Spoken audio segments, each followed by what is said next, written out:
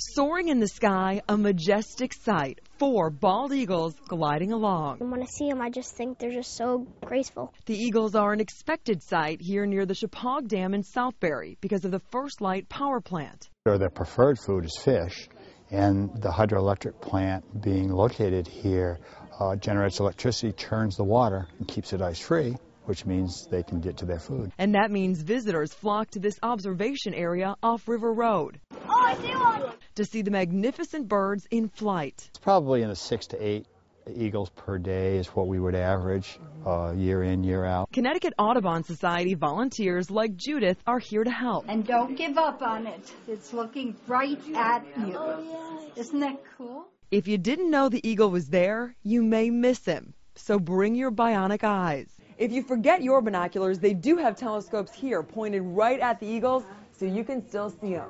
In flight, you can't miss their trademark flat wingspan that's 6 or 7 feet wide. But they have 70,000 feathers.